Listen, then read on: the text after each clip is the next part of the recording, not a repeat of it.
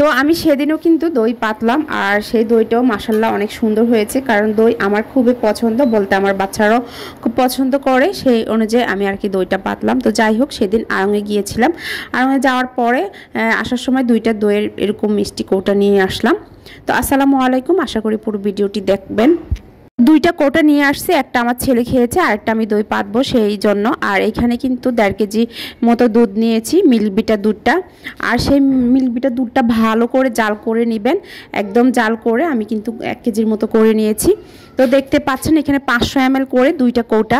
তো এই কৌটাতে কিন্তু আমি এই দুধটা পাতলাম। যাই হোক, দুধটা ভালো করে জাল করে একটু ভালো করে বাড়ি দিয়ে নেবেন, বলতে গেলে এক পাতিলা থেকে আরেক পাতিলে অনেকক্ষণ এভাবে করে নেবেন, করে তারপরে জাস্ট যে দইটা দিয়ে পাতবেন সে বীজটা একটু ভালো করে মেখে ওই দুধটা ঢেলে দিলে কিন্তু দইটা অনেক সুন্দর হয়ে যায়। মাশাআল্লাহ, দেখেন আমার দইটা অনেক সুন্দর জমেছে।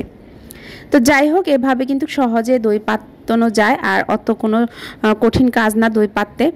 আর এই তো আমার ছেলে আসলে ছিটা পিঠা খাবে, তার জন্য আসলে ছিটা পিঠা বানাচ্ছিলাম সন্ধ্যার নাস্তার জন্য।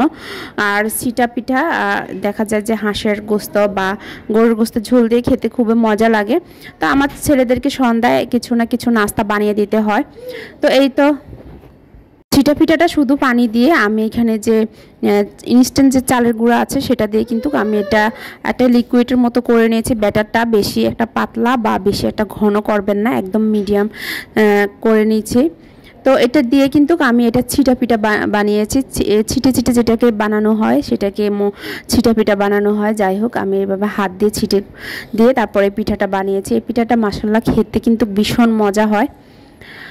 তো অনেকে জানি এই পিঠাটা বানাতে পারে, আবার অনেকে বানাতে পারে না। যারা বানাতে পারে না দেখে নেবেন কিভাবে। শুধু পানি দিয়ে আমি এখানে চালের গুঁড়া দিয়ে ব্যাটারটা করেছি, আর সাথে কিছুই দেই না, পরিমাণ মতো লবণটা দিয়েছি।